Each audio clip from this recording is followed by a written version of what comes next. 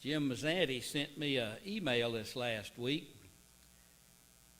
and I really liked it, and it's very applicable to this weekend, this 4th of July holiday. And I'm going to read it to you. It says, I really never thought about it much, but it took a lot of guts to sign the Declaration of Independence, which, of course, as we know, is what enables us to enjoy our freedom as we know it today. It says, have you ever wondered what happened to the 56 men who signed the Declaration of Independence? What is their story? Well, 5 signers were captured by the British as traitors and tortured before they died. 12 had their homes ransacked and burned. 2 lost their sons serving in the Revolutionary Army. Another had 2 sons captured. 9 of the 56 fought and died from wounds or hardships of the Revolutionary War. All of these men signed and pledged their lives, their fortunes, and their sacred honor.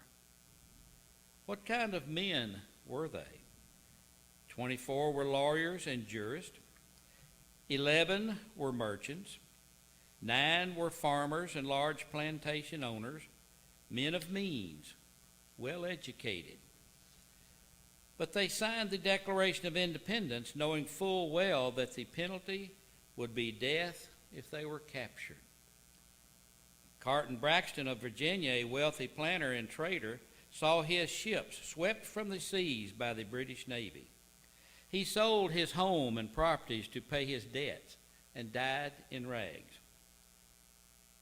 Thomas McKean was so hounded by the British that he was forced to move his family almost constantly. He served in the Congress without pay, and his family was kept in hiding. His possessions were taken from him, and poverty was his reward. Vandals or soldiers looted the properties of Dillery, Hall, Clymer, Walton, Gwinnett, Hayward, Rutledge, and Middleton. At the Battle of Yorktown, Thomas Nelson Jr. noted that the British General Cornwallis had taken over the Nelson home for his headquarters. He quietly urged General George Washington to open fire. The home was destroyed, and Nelson died bankrupt. Francis Lewis had his home and properties destroyed also. The enemy jailed his wife, and she died within a few months. John Hart was driven from his wife's bedside as she was dying. Their 13 children fled for their lives. His fields and his grist mill were laid to waste. For more than a year he lived in forests and caves, returning home to find his wife dead and his children vanished. So take a few minutes while enjoying your 4th of July holiday and silently thank these patriots. It's not much to ask for the price that they paid for our freedom and for the Declaration of Independence. It's time that we get the word out that patriotism is not a sin, and the 4th of July means more than beer, picnics, and baseball games. True reflection is a part of this country's greatness. So let's spend a few moments in silence as we close our eyes.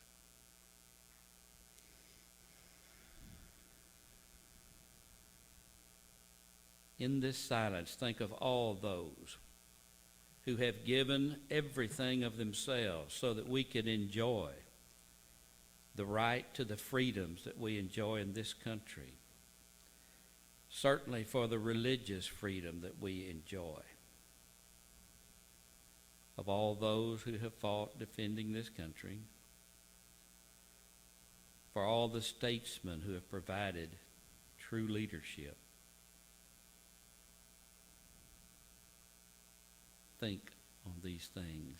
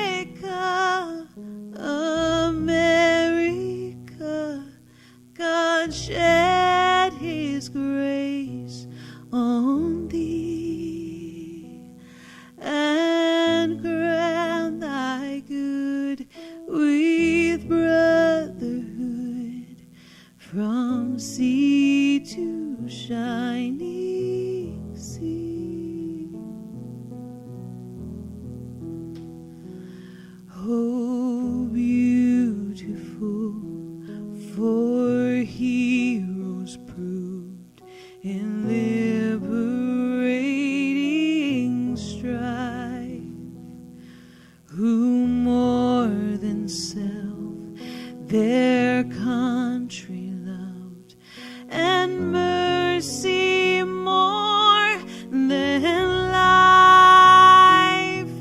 America, America, may God thy gold refine, till all success be nobleness, and every gain divine.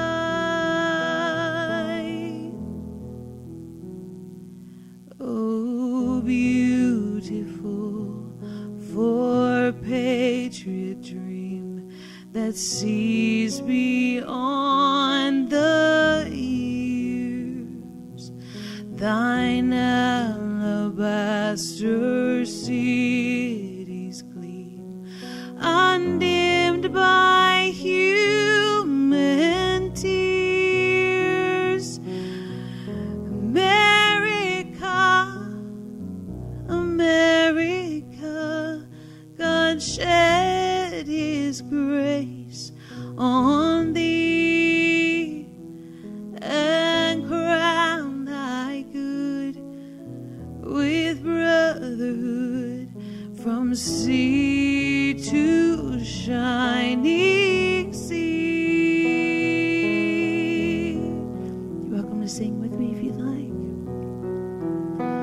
Oh, beautiful for spacious skies, for amber waves of grain, for purple mountain majesty, above thy fruited plain.